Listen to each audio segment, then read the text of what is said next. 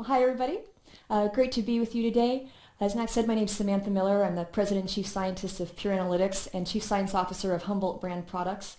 I'm really excited to share with you today everything that I can about major and minor cannabinoids and how they work in your body, along with some great things about the current research on PTSD, cancer, neuropathy, and more. So let's get started.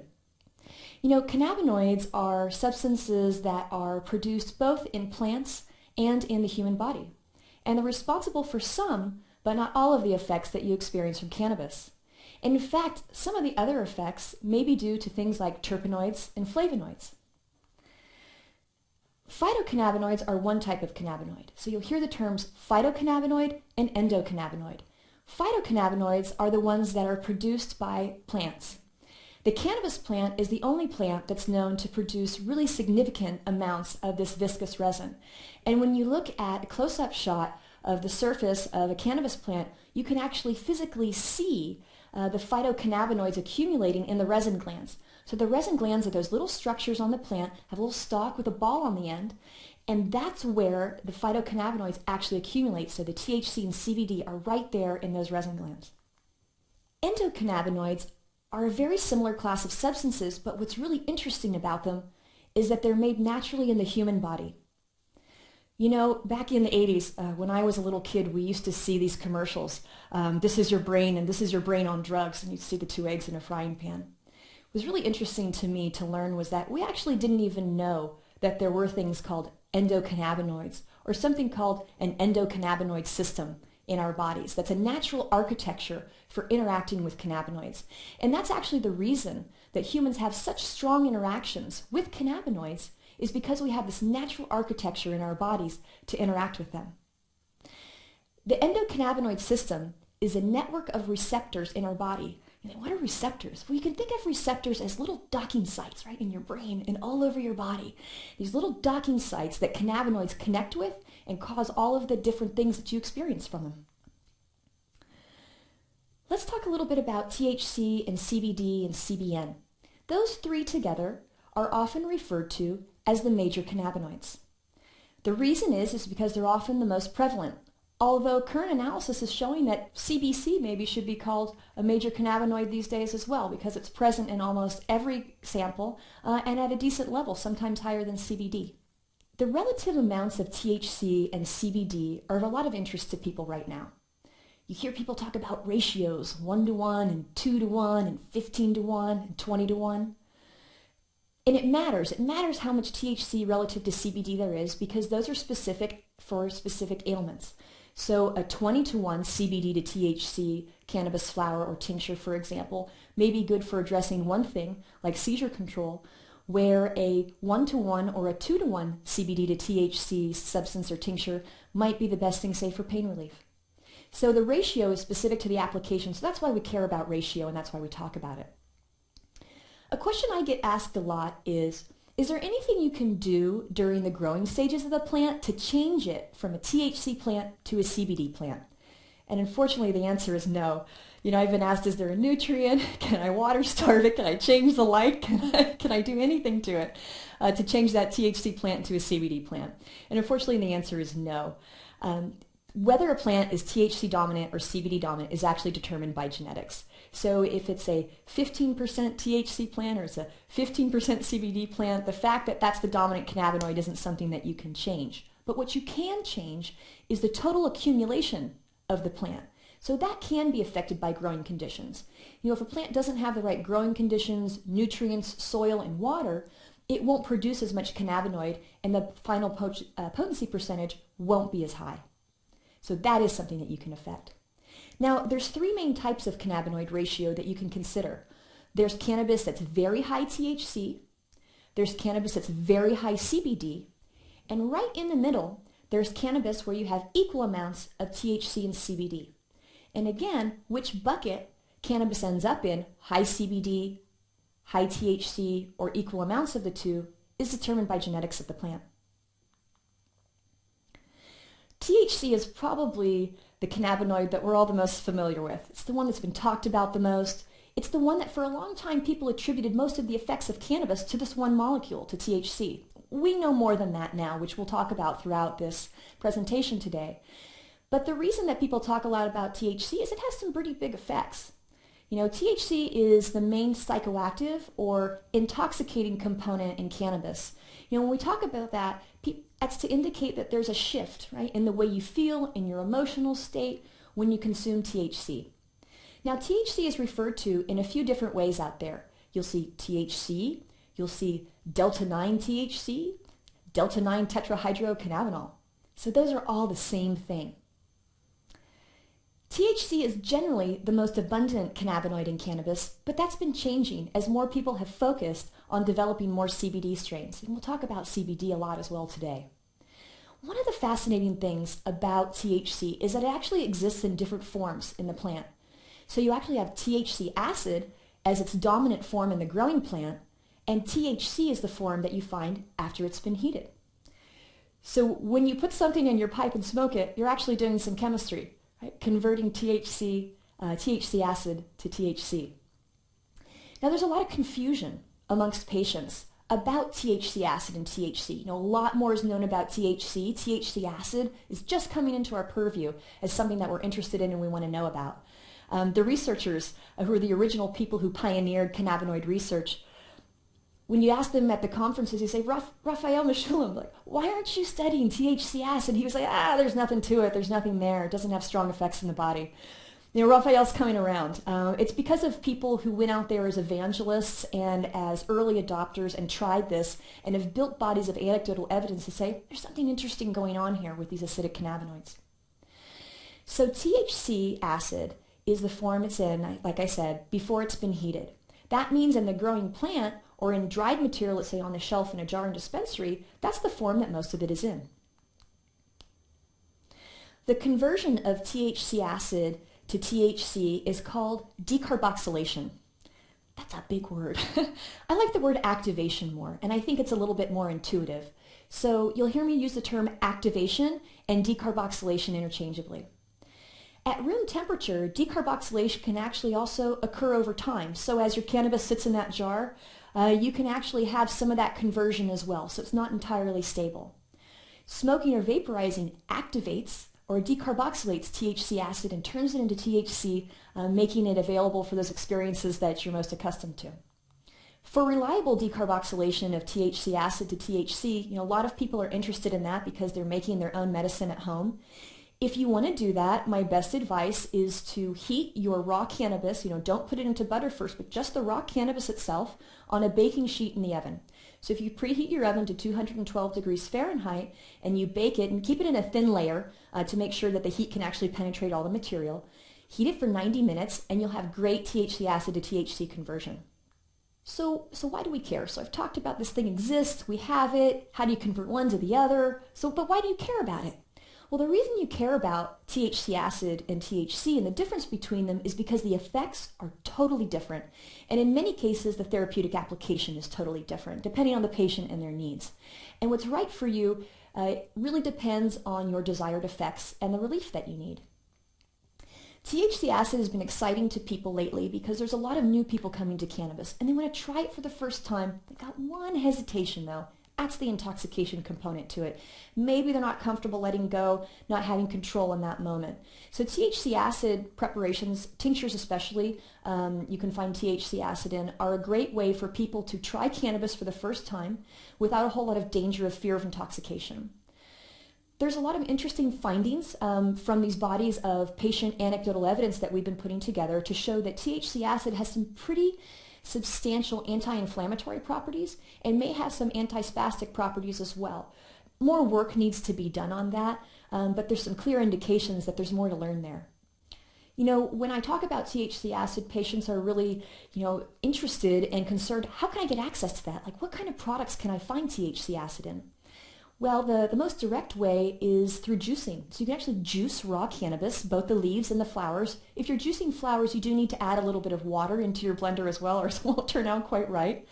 Wheatgrass juice blenders, juicers are actually the best ones to use because of the way that they process the material. Some juicers can actually activate the THC acid and converts it to THC during the process of juicing because of the amount of heat that's used. So you want to use a juicer that doesn't have a lot of heat if you're concerned about preserving your cannabinoid acids. Glycerin tinctures that are made without any heat, or alcohol tinctures made without any heat, are another place that you can find acidic cannabinoids. Water extracted hash will often have a small amount of activation, but you can keep the majority of it in the acid form as well, and you can capsulize that, say, and take it as an oral ingestible as a capsule. So those are some strategies and ways that you can access acidic cannabinoids and try them if you're interested. One of the other things that's been interesting as I've worked with several patients concerning the use of THC acid and THC is there's a distinct time-phased effect that's different for THC acid. What we've learned is that if you're interested in pursuing THC acid therapy, you have to try it for a while to make sure you're actually experiencing the benefit. For many patients, it's actually up to 3 to 4 weeks after daily use that they truly start to experience the benefit. I have a lot of patients who approach me and they say, Samantha, I'm trying to choose. Is it THC acid therapy or is it THC? Which one is it that I want? And aren't we funny as humans that way, right? We want it to be an A-B thing. But really the answer is it's probably both. I myself, I have fibromyalgia. So I deal with chronic pain. And there's days where I have really acute days. They're really bad days. Acidic cannabinoid therapy on a daily basis is something that can lower the overall symptom level of someone who has a condition like mine, a chronic pain condition. But on those acute days, I probably need some THC. And so they can really complement one another. So the acidic cannabinoid therapy to bring down that total level of symptoms that you're feeling, and the activated cannabinoids to really help you deal with that in-the-moment situation. Because THC, as you know, you feel very immediately and can give you that immediate relief if you need it to help promote your quality of life and keep you functional for that day.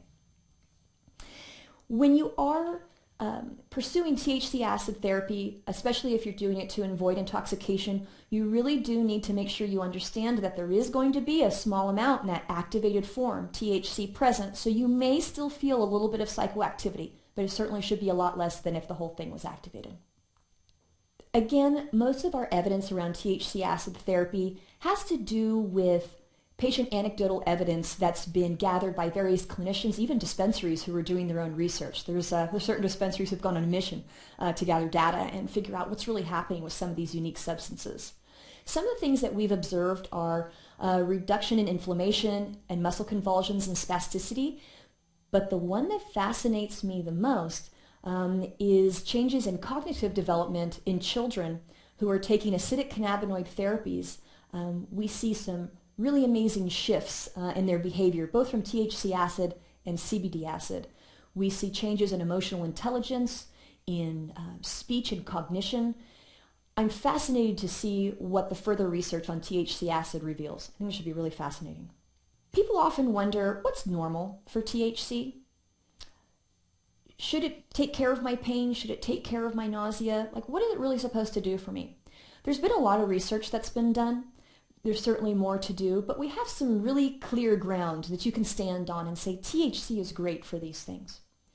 It's great for mild to moderate pain relief, and it's because of that has become a great option for people to wean themselves off of opioid therapy, say from post-surgical pain. For some people, they can deal with post-surgical pain using cannabis. For many people, that's a challenge, and they often need the opioids for a few days. But cannabis can be an incredible tool for getting yourself off of that addictive medication as quickly as possible so you don't experience those side effects. Control of nausea is a very significant finding around THC. People with cancer and AIDS and who are taking a lot of different pharmaceutical regimens to help get them through their condition often experience a lot of nausea. And also the need for appetite stimulation. As we all know, THC does a great job at appetite stimulation, sometimes when you don't want it to. THC can also be a great solution for insomnia for many people, helping people go to sleep and then staying asleep a little bit longer. The one thing that we should always consider, especially for new users to cannabis who are trying THC for the first time, is that for some people, it's not always totally a great experience. So if you suffer from anxiety or you find yourself on the bipolar spectrum, or with schizophrenia or with conditions like that, THC may exacerbate your condition. So if you fall into that spectrum, you really want to make sure that you work closely with your doctor if you're just thinking about exploring THC-dominant cannabis in your therapy regimen, and make sure that it's the right choice for you and that it's done in a controlled manner, because everybody needs to be successful in their therapeutic regimen. And that one might need a little bit more guidance than some. THC levels for flowers are really interesting. You know, in owning the lab for the last 7 years, it's been fascinating to actually watch that potency average rise. In addition to the potency average of flowers rising, you see all these other kind of new products coming out. But a lot of people wonder, like, what's normal for flowers? What's average? What's high? What's low? So in Northern California, where my laboratory does testing, we see the average range of THC-dominant flowers to be about 16.5%. Once you get over about 18 to 20%, that's you're in the strong range. And over 21%, you have a lot fewer strains that qualify. Kind of another dividing line is 25%. You do have some strains that perform over 25% THC, but it's a lot fewer than below. So it's good to understand what average ranges are, and also that there is actually a value associated with those ranges. And so if the economics of cannabis use matter to you, then it might be good to understand what things fall into your price range and how you can best use those in your therapy regimen. There is a whole class of patients right now who's really interested in the mild to moderate range of THC potency, especially older people. I know as I get older, my response to THC definitely changes. We often have a lower tolerance level for it as we get older. So those lower THC products, say 10% THC and below, are becoming more attractive to those new people who are coming to cannabis for the first time. So just because it's low potency doesn't mean it's bad. It just means it's right for a different person than something that's high THC. So we've had this explosion of concentrates, especially in California. I mean, in every legal market, I'm sure, but I'm here in California, so that's where I see it the most. I remember the first time I saw a BHO wax. I remember the first time I saw a shatter, and as a chemist, I was fascinated by it. And I asked them about it, and they wouldn't tell me anything. It was top secret. And now there's videos all over YouTube that tell you how to make all of this stuff, so it's certainly no secret anymore. And as the secret has gotten out, the proliferation of it's been amazing.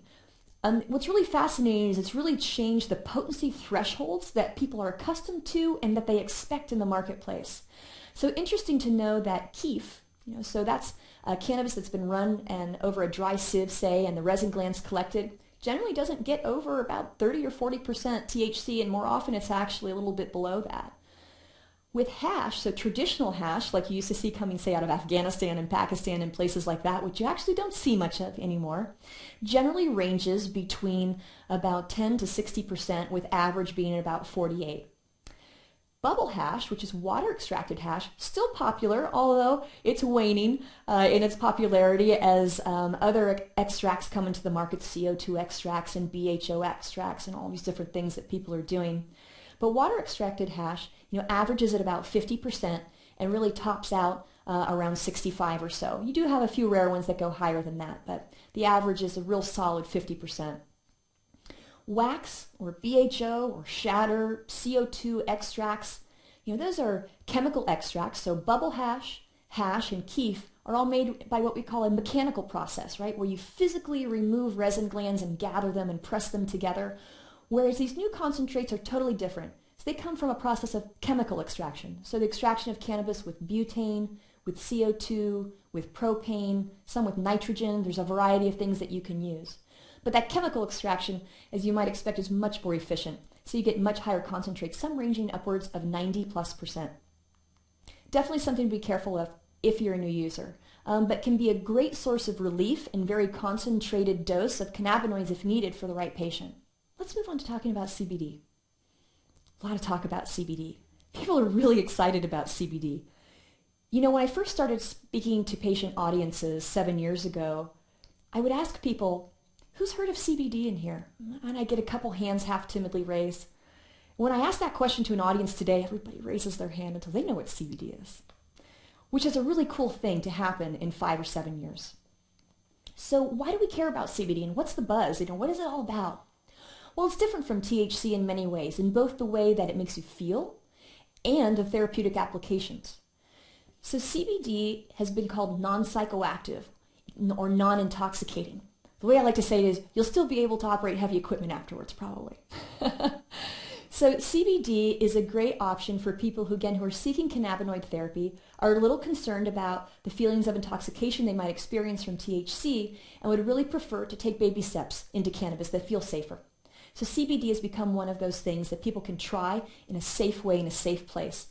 In addition, there's been a greater level of permissions, right? They've been created around CBD, both legally and culturally in our society. And that entry point of that kind of environment of permissions that's being created for CBD is really exciting, because it's really been the impetus for changing the conversation around cannabinoid therapy, focusing on the medicinal therapeutic and less on the psychoactivity and intoxication components that have historically been our kind of cultural association with cannabis.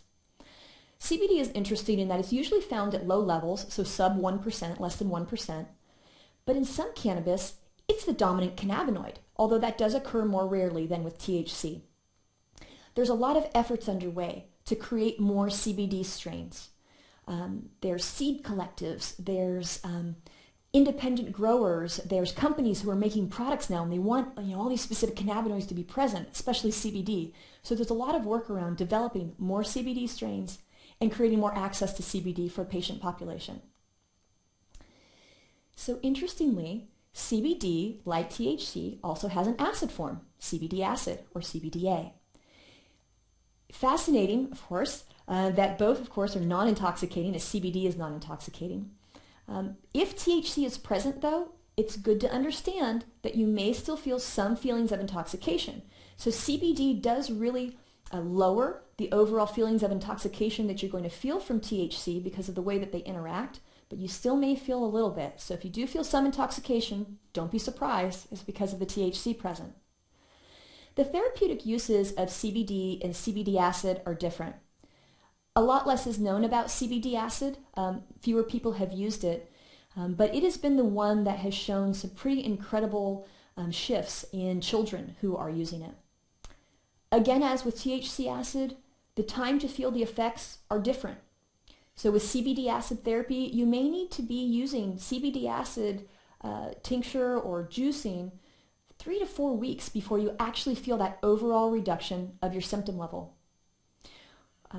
One of the best stories that I heard about CBD acid therapy was out in the village of Mendocino in Northern California, and I was visiting a little collective out there called the Leonard Moore Cooperative.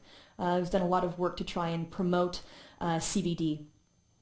And there was a patient of theirs that had ALS, and it was a fairly far advanced case of it. And she was about to go into hospice, and the family was really upset about that. They really wanted her at home. Everybody does better at home.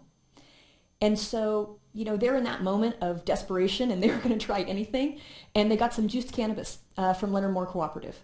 And that juiced cannabis being given to her on a daily basis is what kept her off of a feeding tube and kept her out of hospice. And so she was able to have really an incredibly higher quality of life through CBD acid therapy. And there's so many stories like that we don't have enough time to tell, but it can be a very powerful alternative to the drugs that people are using or the care regimens that we start to pursue as people go into end of life. So like with THC acid, there is a recipe for conversion. If you need to convert CBD acid to CBD, say for a product or a tincture that you're making to help with your own therapeutic regimen, there's some specific conditions. So again, heating raw cannabis in your oven, so not in oil or anything else, is the best way to do it. You want to spread it out on a baking sheet, preheat your oven to 295, so it's a higher temperature than with THC, and heat it for 90 minutes, and you'll get great CBD acid to CBD conversion. If you don't go to that 295 degree temperature, your conversion probably won't occur, or it'll occur in a partial way. So really important that you hit that temperature. And because it's important you hit the temperature, I recommend that people buy an additional temperature gauge for their oven. So you can often buy them right in the grocery store in the little gadget aisle. You can hang it right in your oven and make sure that you're actually at the right temperature, because I'll tell you, our oven thermostats are terrible for the most part, I have learned. So when people are looking for CBD, and they're looking for it in the flower form, they're often kind of restricted to asking about specific strain names. Some strains that you can look for that are likely to be CBD dominant are things like Sour Tsunami, Harlequin, Cannatonic, Harlessu, Canasu, stinky pink diesel, and of course Charlotte's Web that we heard about a lot from Sanjay Gupta. Interestingly, stinky pink diesel was the first, I know it's a funny name, was the first high CBD strain that was isolated and identified here in California through lab testing. It happened at Harborside. It was a strain that came out of a very, very small growing community in Mendocino County called Covelo. And I remember doing a seminar out in Covelo about 6 years ago now in the public library there. And it's a very small place, about 6 people came.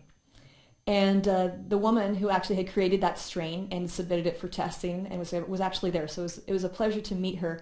She still's got those genetics and is holding on to them tight, you know. That's one of the things that's been interesting about CBD is because it's been so limited in supply and there have been so few people who have held the genetics, there was a tendency for a long time to hold on to them and not share them with people. What's really exciting is that we've had some producers and breeders and creators like Lawrence Ringo who made all of their genetics available in seed form to whoever wanted to buy them. So that's been a really exciting change in CBD as it's now very publicly available for people who say want to grow it themselves or work with it themselves. The therapeutic uses of CBD are different from THC. Complementary, but different.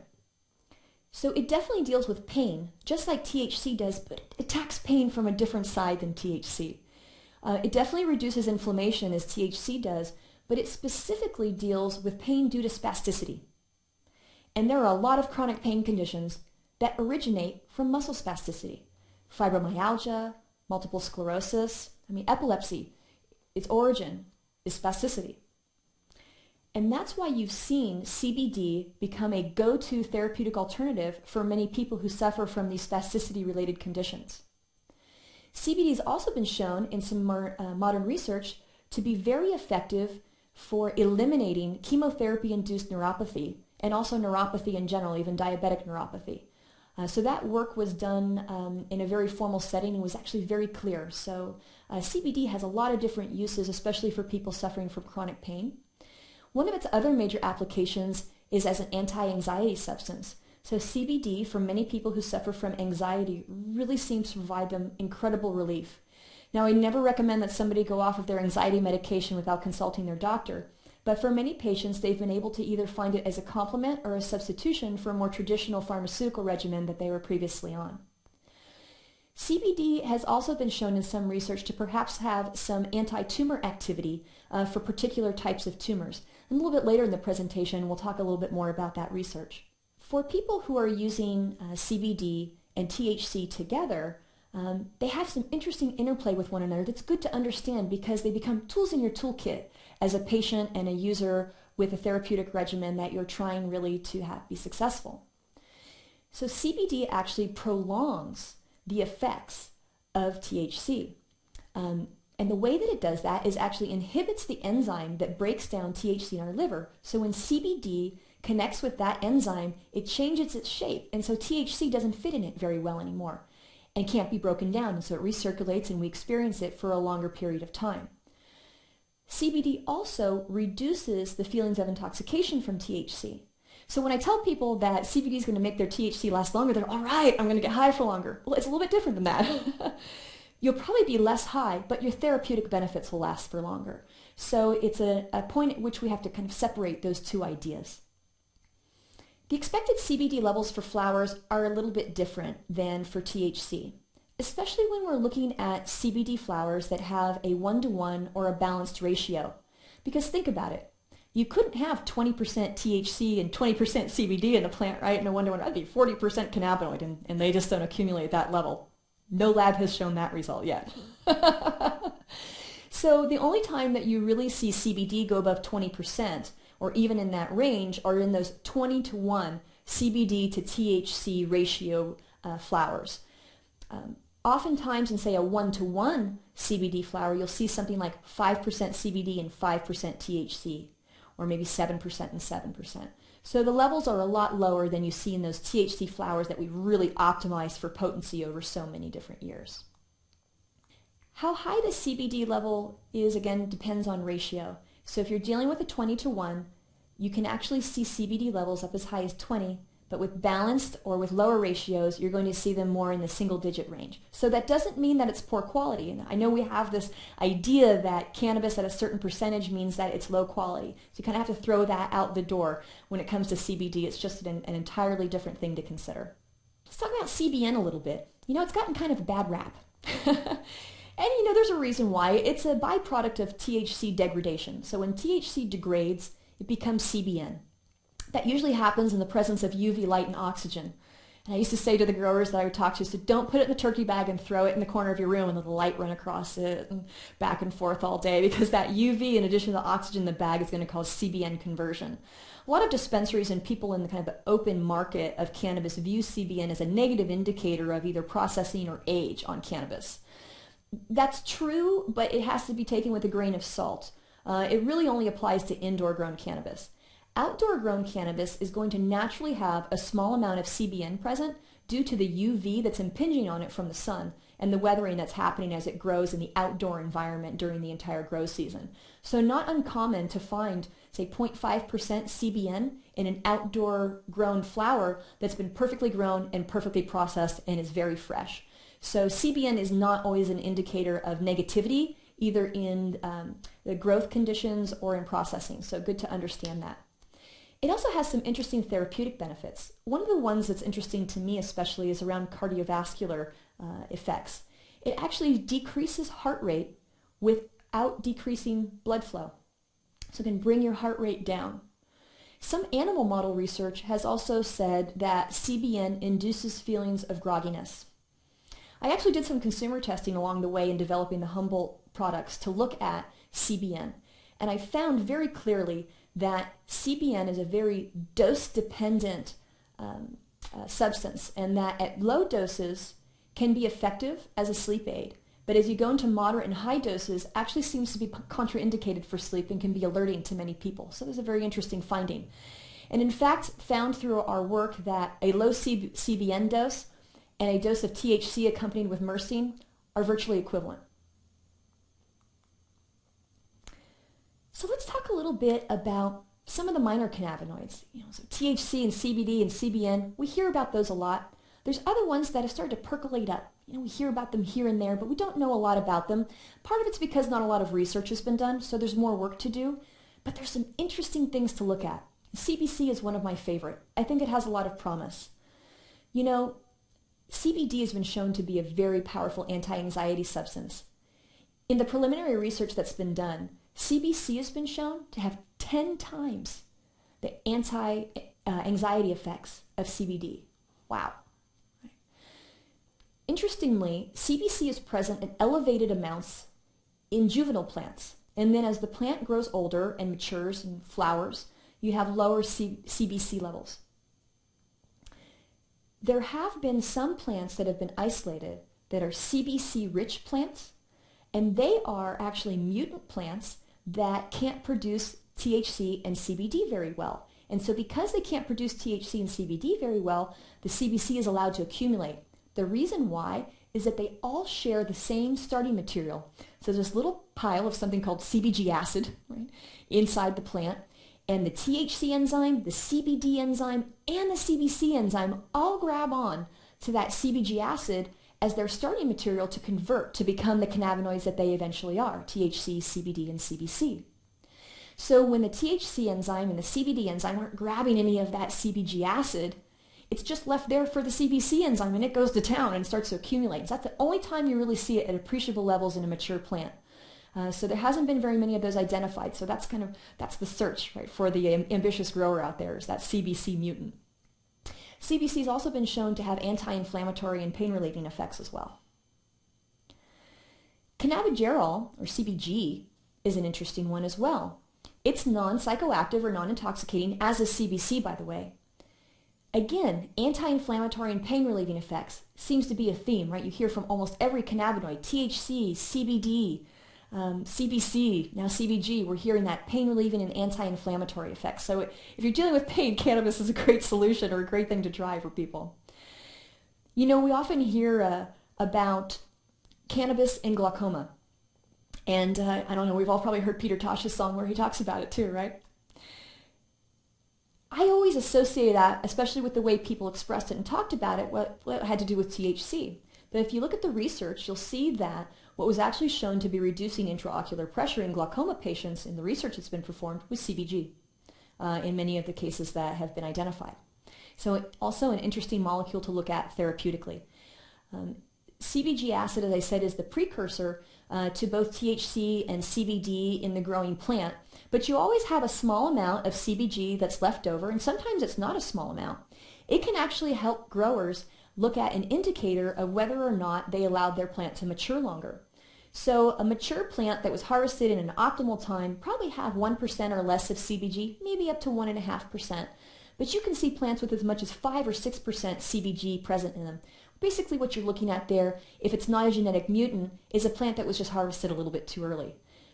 That balance and that varying balance between the different cannabinoids as well as the other substances of the plant at different points of maturity and harvest are some of the things that shape preferences that people have, say, for early, mid to late harvest products. THCV also has a lot of buzz about it. Tetrahydrocannabivarin, it's a mouthful. There's been limited research on it. It's a very rare cannabinoid. In my laboratory, we've isolated 3 different cultivars of THC cannabis over 5% by weight.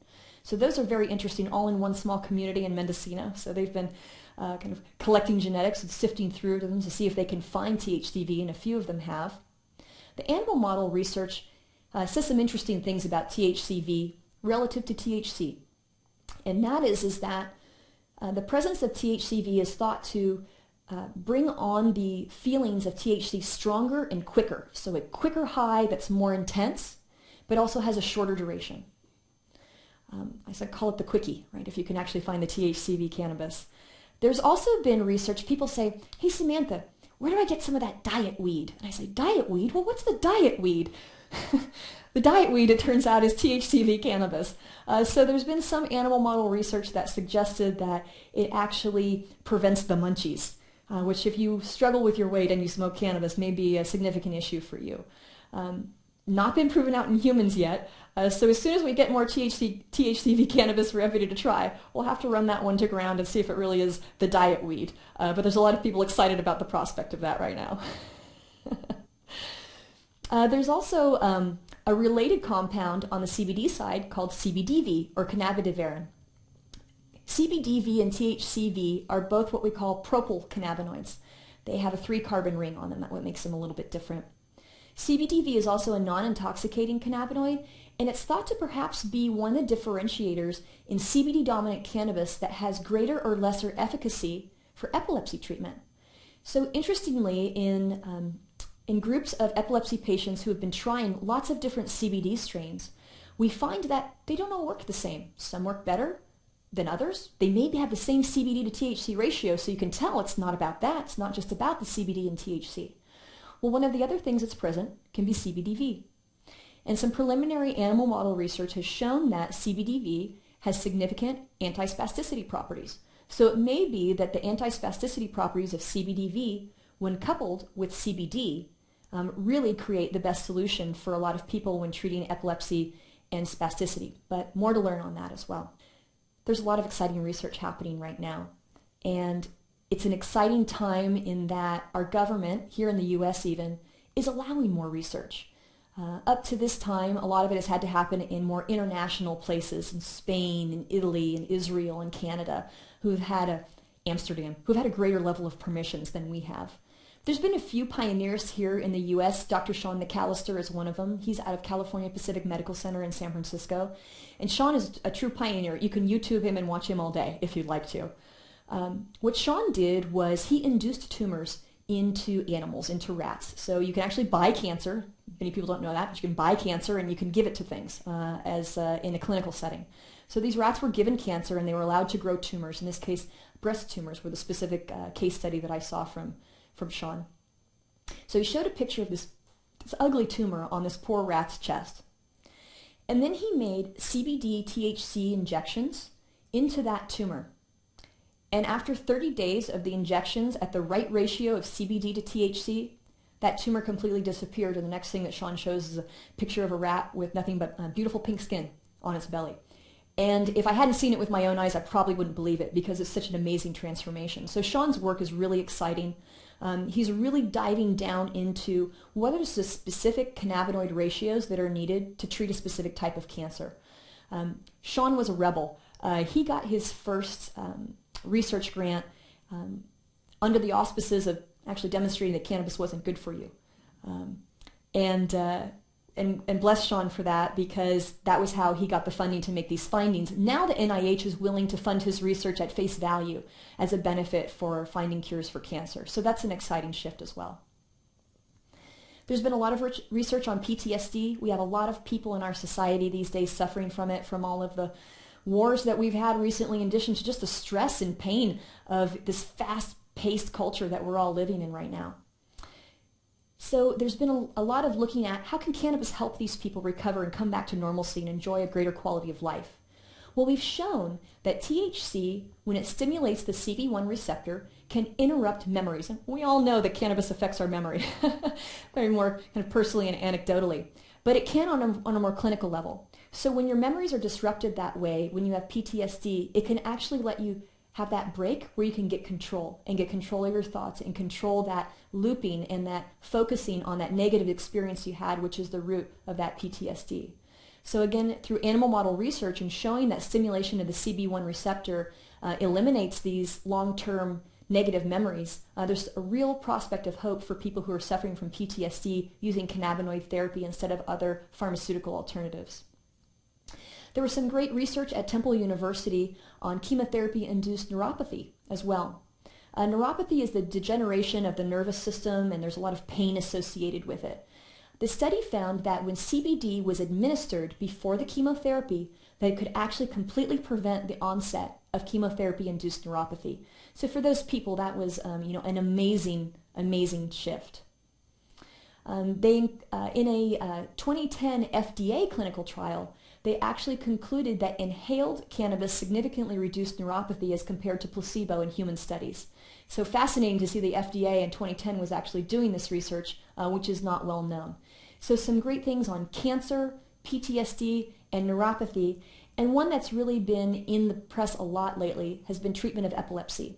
That's happening through the activated CBD, being administered to patients often in tincture form or orally ingestible. And it's causing incredible shifts and changes in people who suffer from frequent seizures. I had a story from a fellow who called me, and he wanted to tell me about his 4-year-old daughter. And you could hear the sounds of him making dinner in the background and all the sounds of the family. I liked him from kind of the first few words he said to me and what I was hearing. And he said, my daughter has 800 seizures a day. And basically that means she's in an intractable seizure all of the time. I'm really desperate to find something to help her. They've got her on all of these drugs that are causing all these side effects, and she has no quality of life and no interaction with the family. It was a very sad story. And he didn't live anywhere near me in my state, so all I was able to help him with was information about CBD and strain names that he could look for to try and find something to help her. He called me back about a month later. He said, Samantha, I want to tell you about what's happening. He said, she was at 800 seizures a day, and we've had her on a CBD tincture now for a month or so. And she's down to 1 seizure a week. And later on, that young lady was down to 1 a month. And it gives you chills when you think about it. I mean, can you imagine 800 seizures a day? That's one every, if you figure out how many minutes there are in a day, that's pretty much a constant seizure. So the fact that CBD can bring this kinds of relief to people is something that's opening doors and opening minds about cannabis as a therapeutic alternative for so many of these complicated drugs that are currently being used to treat these very serious conditions. So I'm excited to be a part of and share with you this current research and maybe help open your mind and your landscape of permissions for trying cannabis and for supporting it in the use of your families.